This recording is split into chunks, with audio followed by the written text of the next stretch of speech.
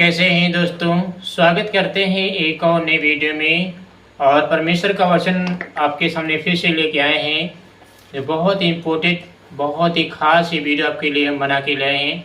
दोस्तों, परमेश्वर जो है वो बहुत महान है, जिसने आपके ऊपर रहम की है। दोस्तों, ये जो पन्ना मैंने निकाल के रखा है, क्योंकि मैं पढ़ता हूँ और मैं वीडियो बनाता हूँ, तो मैं कभी कभी ये लगा देता हूँ। याद रहे, ये परमेश्वर जो वचन है वो जीवित है, बहुत महत्वपूर्ण वचन है, बहुत ही इम्पोर्टेंट ये वचन है, जो आपको सुनना बहुत ज़रूरी है। दोस्तों, हमारे लिए प्रार्थना करें। ये जो दाना निकला हुआ है, आपसे प्रार्थना करें ताकि मुझे चंगाई मिल जाए, छुटकारा मिल जाए। परमेश्वर महान है, जो आपके हर एक हालात को समझता है, आपकी चिंता करता है, आपकी हर एक परेशानी को देखता है कि मेरा बेटा किस समस्या में है, मेरा बेटा किस तकलीफ़ में है, किस मुसीबत में है। ये वचन दोस्तों बिल्कुल झूठा नहीं है। जो विश्वासी इस पर चलेगा, इसकी आज्ञाओं को मानेगा, इसके कलाम को पढ़ेगा, वो गरीबी में नहीं रहेगा। परमेश्वर यहाँ पे कहते हैं, तेरे देने वाले हाथ जो होंगे वो होंगे, मांगने वाले नहीं होंगे। एक विश्वासी को परमेश्वर देने वाले हाथ बनाता है। तो चलिए वीडियो को शुरू करते हैं। बहुत इंपॉर्टेंट ये वीडियो होने वाला है, बहुत खास ये वीडियो आपके लेके आए हैं दोस्तों। तो चलिए वीडियो को शुरू करते हैं। चैनल को सब्सक्राइब करिए, वीडियो को लाइक कर दीजिए।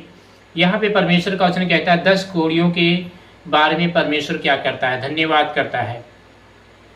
10 कोड़ियों जो थे, परमेश्वर उनको चंगाई दी थी। 10 कोड़ियों को परमेश्वर ने चंगाई दी थी, और उसमें से एक ही कोड़ी जो था वो बच गया था यीशु मसीह के पास धन्यवाद देने के लिए। बाकी सब रफू चक्कर हो गए थे, मतलबी थे, भग गए थे। आज ऐसे ही जब हमारे जीवन में प्रभु चंगाई दे देता है, चर्च में जाते हैं, पास्टर प्रार्थना करता है, चंगाई मिल जाती है, तो हम क्या करते हैं, प्रभु के एहसान को भूल जाते हैं और हमें प्रभु नहीं चाहिए, हम यीशु मसीह को भूल जाते हैं। और जो विश्वासी प्रभु यीशु मसीह को चाहता है, वो चर्च में जाता है और पास्टर को बताता है कि प्रभु ने मुझे चंगा किया है। तो 10 लोग चंगाई पा चुके थे कोड़ से, लेकिन 9 तो भाग गए थे। चंगाई मिली, भग गए। ऐसे हम लोग जाते हैं चंगाई पाने के लिए, छुटकारा पाने। जैसे हो जाती चंगाई, हम यीशु मसीह के कलाम को नहीं पढ़ते, हम चर्च नहीं जाते। वचन यहाँ पे कहता है, प्रिय बहनों, आज हम परमेश्वर के वचन में से बहुत गहरी घटना पर मनन करेंगे। यह घटना हमें चंगाई के बारे में नहीं, बल्कि विश्वास, धन्यवाद और परमेश्वर को पहचानने के बारे में सिखाती है। लूका 17 अध्याय उसका 11 वचन में लिखा, इस प्रकार से लिखा है कि यीशु यरूशलेम जाते हुए सामरिया और गलील के बीच में होकर जा रहे थे। ये परमेश्वर का वचन कहता है, ये खुदा का वचन कहता है। यीशु, यह सफ़र केवल एक स्थान से दूसरे स्थान तक जाने का सफ़र नहीं था। उसके रास्ते में ऐसे लोग भी आए जिनकी ज़िंदगी दुख और बीमारी से भरी हुई थी। उनमें से 10 कोढ़ी थे। ये परमेश्वर का वचन कहता है, 10 कोढ़ी थे, और कोढ़ी जो लोग थे वो बहुत, हाथ पैर जो उंगली थी वो गल रही थी, सड़ रही थी, वो कोढ़ था उनको। और यीशु मसीह के पास आते हैं और वे चंगे हो जाते हैं। वचन यहाँ पे कहता है, लूका 17 का 12 में लिखा हुआ कि जब यीशु गांव में प्रवेश कर रहे थे, तो उन 10 कोढ़ियों ने उन्हें दूर से देखा। यानी 10 जो कोढ़ी थे कि यीशु मसीह जा रहा है, तो दूर से, ऐसे दूर से उन्होंने देखा कि ये यीशु मसीह जा रहा है। वे यीशु के पास सामान्य लोगों की तरह जाकर खड़े नहीं हो सकते थे। उनकी बीमारी के कारण उन्हें दूसरों से अलग रहना पड़ता था, इसलिए उन्होंने दूर खड़े होकर यीशु को पुकारा।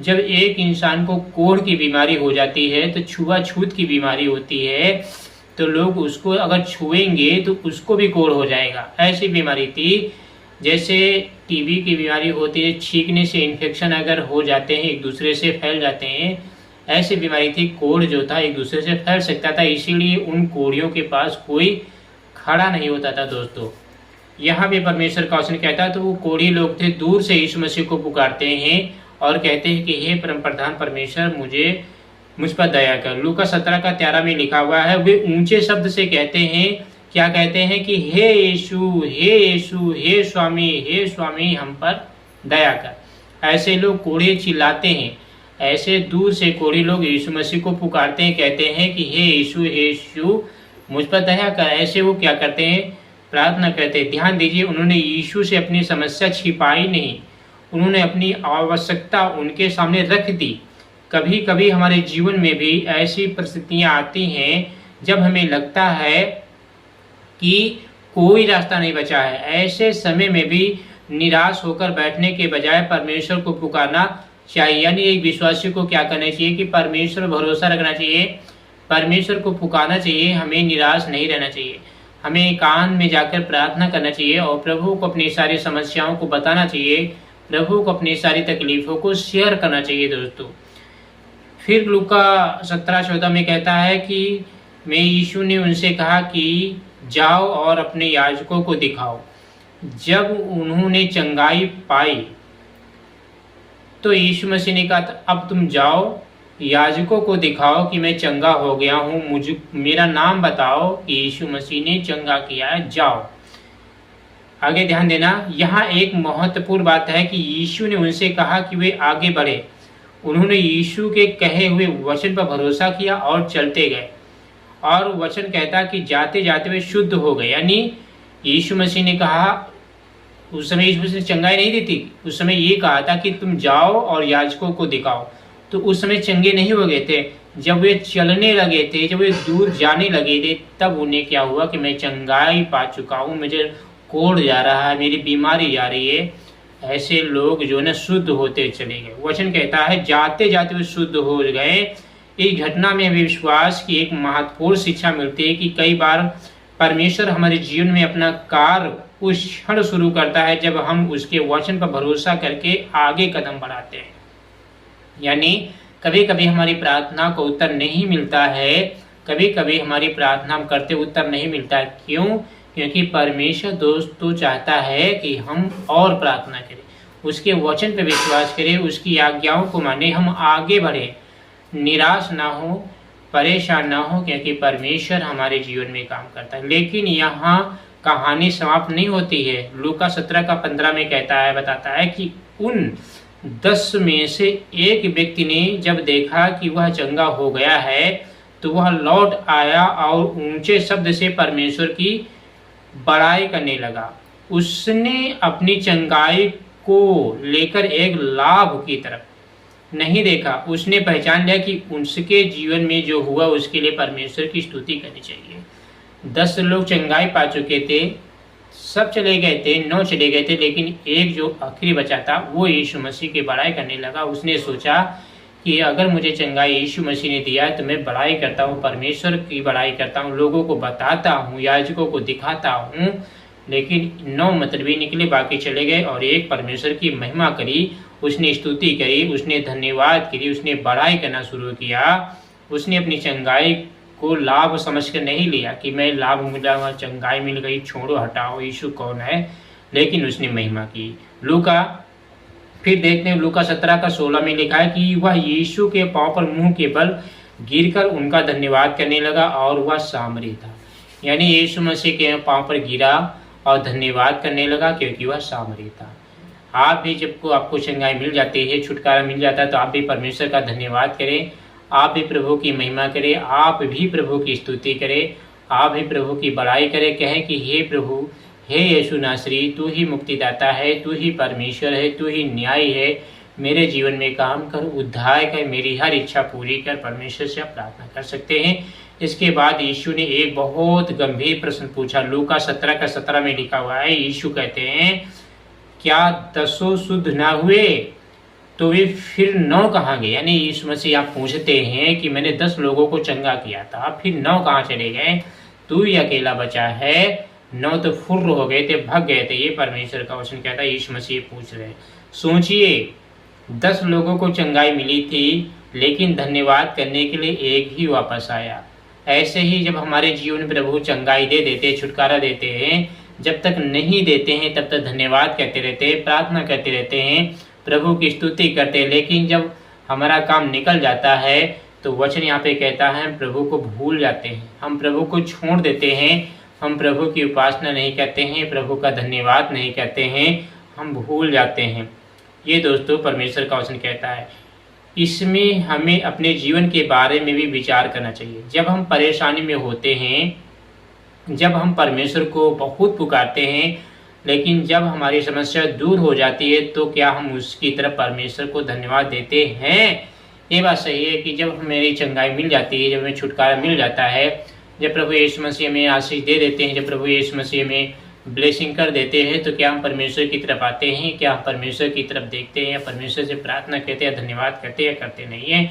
कभी कभी मनुष्य अपनी आवश्यकता पूरी होने के बाद उस व्यक्ति को भूल ही जाता है जिसने उसकी सहायता की थी। इसलिए यह घटना में सिखाते हैं कि जब आशीष मिलने के बाद भी परमेश्वर को भूलना नहीं चाहिए। ये परमेश्वर का वचन कहते हैं कि विश्वासी को जब आशीष मिल जाती है, जब विश्वासी को छुटकारा मिल जाता है, तो उसको भूलना नहीं चाहिए। यीशु मसीह ने उसको चंगा किया, उसे भूलना नहीं चाहिए। लूका 17:18 में लिखा हुआ है, लूका 17 अध्याय का 18 वचन में यीशु मसीह पूछते हैं कि इस परदेशी को छोड़कर क्या कोई और मनुष्य परमेश्वर की बड़ाई करने के लिए वापस नहीं आया? यानी यीशु मसीह यहाँ पे पूछ रहे हैं कि मैंने 10 को चंगाई किया था, भाग गए, क्या और नहीं आ सकते थे? यीशु मसीह कह रहे हैं कि बड़ाई करने के लिए, फिर एक ही आया, वापस आया, बड़ाई करने के लिए वापस आया। यहाँ धन्यवाद की कीमत दिखाई देती है। उस सामरी ने केवल चंगाई प्राप्त नहीं की थी, बल्कि चंगाई देने वाले प्रभु के पास लौटकर अपनी बात को रखा दोस्तों, कृतज्ञता रखी, प्रकट की कि हाँ मैं विश्वास करता यीशु मसीह पर। उसने प्रेम दिखाया, उसके अंदर जलन नहीं थी, उसके अंदर कपट नहीं थी। उसने क्या दिखाया? प्रेम दिखाया प्रभु के आगे। और अंत में लूका 17:19 में यीशु उस व्यक्ति से कहते हैं, उठकर चला जा, तेरे विश्वास ने तुझे क्या किया? चंगा किया। यीशु मसीह कहते अब तू जा सकता है, तेरे विश्वास ने तुझे क्या किया? अब तुझे चंगा किया है, उठकर चला जा, चला जा। ये यीशु मसीह कहते हैं कि उठकर तू चला जा। इस घटना में हमें याद दिलाते हैं कि विश्वास केवल संकट के समय परमेश्वर को पुकारने का नाम नहीं है। सच्चा विश्वास परमेश्वर के काम को पहचानना है, उसके सामने झुकना है और धन्यवाद करता है। आज हमें अपने जीवन में भी यह प्रश्न पूछना चाहिए, क्या मैं केवल परमेश्वर से मांगता हूँ या उसकी दी हुई आशीष के धन्यवाद भी करता है? ये बात सही है, क्या हम जो परमेश्वर ने हमें आशीषें दी हैं, जो परमेश्वर ने हमें बढ़ाया है, आगे हमारी मदद की है, क्या हम उसका धन्यवाद करता हूँ या करती हूँ? क्या ऐसा आपके जीवन में है? क्या मैं कठिन समय में प्रार्थना करता हूँ या अच्छे समय में भी परमेश्वर की स्तुति? हम क्या करते हैं, जब हमारे जीवन में कठिन समस्या आती है, कठिन से कठिन ज़्यादा मुसीबतें आती है, तब हम प्रार्थना करना शुरू करते हैं। जब बहुत ज़्यादा दिक्कतें आना स्टार्ट हो जाए तब हम प्रार्थना करते हैं। दोस्तों, जब अच्छे दिन आते हैं तो हम प्रभु को भूल जाते हैं, हम प्रेयर नहीं करते। ये परमेश्वर का वचन कहता है। दोस्तों, हो सकता है कि हमारे जीवन में ऐसी बहुत सी बातें हो जिनके लिए हमने परमेश्वर से प्रार्थना की थी और आज वे हमारे पास हैं, लेकिन व्यवस्था में या उन्हें समझने दिल लगे। यानी वचन कहता है कि एक विश्वासी को परमेश्वर की इच्छा पर चलना चाहिए, उसके मार्गों पर चलना चाहिए, हमें आशीष मिलती रहेगी। तो चलिए दोस्तों, इसलिए आज कुछ समय निकालकर परमेश्वर को धन्यवाद करें। अपनी सांस के लिए धन्यवाद करें, जो अपनी सांसें चल रही, जो आपकी किडनी चल रही, जो फेफड़े चल रहे हैं, जो आप जीवन जी रहे हैं, जो आंखें देख रहे खुली, जो जीवित हैं, उसके लिए परमेश्वर का धन्यवाद करें। अपने जीवन के लिए परमेश्वर को धन्यवाद दें, परमेश्वर की देख रेख के लिए धन्यवाद दें और उन प्रार्थनाओं के लिए भी धन्यवाद दें जिनका उत्तर में शायद तुरंत नहीं दिखाई देता। यानी हमें उसका भी धन्यवाद देना चाहिए जब हमने प्रार्थना की और हमारी प्रार्थना का उत्तर नहीं मिला, तब भी हमें क्या करना चाहिए? हमें धन्यवाद करना चाहिए, हमें धन्यवाद के भेंट चढ़ाना चाहिए, हमें परमेश्वर की स्तुति करनी चाहिए, तभी हमें धन्यवाद करना चाहिए। वचन कहता है 10 ने चंगाई पाई लेकिन एक वापस आया। इस कहानी की सबसे बड़ी सीख यही है कि परमेश्वर से आशीष मांगना गलत नहीं है, लेकिन आशीष पाने के बाद परमेश्वर को धन्यवाद देना या भूल जाना, ये सबसे बड़ी बेवकूफ़ी है। दोस्तों, जब परमेश्वर अगर आपके जीवन में आशीष दे चुके हैं, परमेश्वर अगर आपके जीवन में चंगाई दे चुके हैं, परमेश्वर अगर आपके छुटकारा दे चुके हैं, तो हमें भूलना नहीं है। हमें परमेश्वर की बड़ाई करनी है, हमें परमेश्वर की स्तुति करनी है, हमें परमेश्वर की महिमा करनी है, परमेश्वर की हमें भूलना नहीं है। आइए हम उस व्यक्ति की तरह बने जो पीछे मुड़कर प्रभु के पास आया, उसके सामने झुका और धन्यवाद किया। प्रभु हमें ऐसा विश्वास दे और केवल मांगना ना जाने पड़े, बल्कि पहचानना, धन्यवाद करना और परमेश्वर की महिमा करना भी जीने हैं। वचन कहता है परमेश्वर की महिमा करना भी जाने। ये परमेश्वर की जब महिमा करते हो, जब परमेश्वर की बड़ाई करते हो, तो यीशु मसीह हमारी प्रार्थना को सुनते हैं, परमेश्वर हमारी मदद करते हैं, परमेश्वर हमारी सहायता करते हैं। दोस्तों, तो आप उसके साथ बने रहें, आप उसकी प्रार्थना को उसे करें, उसे लिपटे रहें और अपनी हर एक चिंता, अपनी हर एक परेशानी परमेश्वर को बताएं और यीशु मसीह आपकी हर एक मनोकामना पूरी करेंगे, क्योंकि वो जानता है कि एक व्यक्ति गरीब है, वो जानता है कि परमेश्वर जानता है कि एक व्यक्ति को क्या चाहिए, क्या नहीं चाहिए, उस व्यक्ति की क्या आवश्यकताएं हैं, क्या परेशानियां हैं, क्या मुसीबतें हैं, ये आप प्रभु यीशु मसीह कहते मैं जानता हूँ। चलिए छोटी सी दुआ करते हैं। प्रभु आपकी महिमा तारीफ जय जयकार करते हैं, आपकी स्तुति बढ़ाई करते हैं। प्रभु आपने मुझे जीवन दिया, आपने मुझे आशीषित किया, आपने मुझे चंगा किया है, शुद्ध और पवित्र किया। प्रभु हमारे जीवन में चंगाई ले, हमें जीवन छुटकारा ले, हमें ब्लेसिंग दीजिए, हमें शुद्ध और पवित्र कीजिए। प्रभु हमें आशीषित करें, बरकत करें। जो परेशान, दुखी, लाचार, परेशान, बीमार, इनके हर संकट को दूर करें, इनकी हर तकलीफ को दूर करें। प्रभु इनकी हर परेशानियों को दूर करें, इनके जीवन में बड़े बड़े काम करें, इनकी इच्छाएं पूरी करें, इनकी हेल्प करें, इनके जीवन में बड़े अद्भुत मराइकल करें। पिता जो लोग निराश हैं, जो लोग परेशान हैं प्रभु, जो अपने जीवन से उदास, अपने जीवन में संकट में, तकलीफ में, इनके हर संकट को दूर करें। प्रभु इनकी हर एक इच्छाओं को पूरी करें। जो भी मांगते हैं आपसे प्रभु इन्हें दीजिए, क्योंकि आप परमेश्वर हैं, आपने जानते हैं इनकी आवश्यकताएं क्या है। यीशु मसीह जो रात को ये सो जाएंगे प्रार्थना करने के बाद, इन्हें सुख और शांति भरी नींद दीजिए, चैन भरी नींद दीजिए, और गंदी आत्मा इनके जीवन में आने ना पाए। प्रभु जी आप इनका उद्धार करें, दिन भर के जो पाप और गलतियां हैं क्षमा करें। यीशु मसीह आपका धन्यवाद करते हैं कि आपने मुझे बचाया है, आपने मुझे संभाला है, आपने हमारी हर एक इच्छा पूरी की है, आपने मदद और सहायता की है। जो लोग परेशान हैं, उदास हैं, टेंशन डिप्रेशन में, की हर टेंशन को दूर करें, इनकी हर डिप्रेशन को दूर करें, इनके जीवन में काम करें। पिता आप इनकी मदद और सहायता करें। यीशु मसीह आपका हम धन्यवाद करते हैं कि आप सचमुच हमारे राजा हैं, स्वर्ग और पृथ्वी के मालिक हैं, जीवन के दाता हैं, न्याय परमेश्वर, उद्धारकर्ता परमेश्वर, जीवन के परमेश्वर हैं। सदा आप मेरे साथ रहते हैं, सदा मेरी प्रार्थना को सुनते हैं, सदा मेरी मदद करते हैं। प्रभु आप मदद करने वाले यहोवा हैं, आप चंगा करने वाले परमेश्वर हैं, आप जीवित खुदा हैं। आपने प्रभु जी हमें बचाया है, संभाला है और चंगा किया। यीशु आपके नाम से प्रार्थना को मांग लेते हैं, आमीन।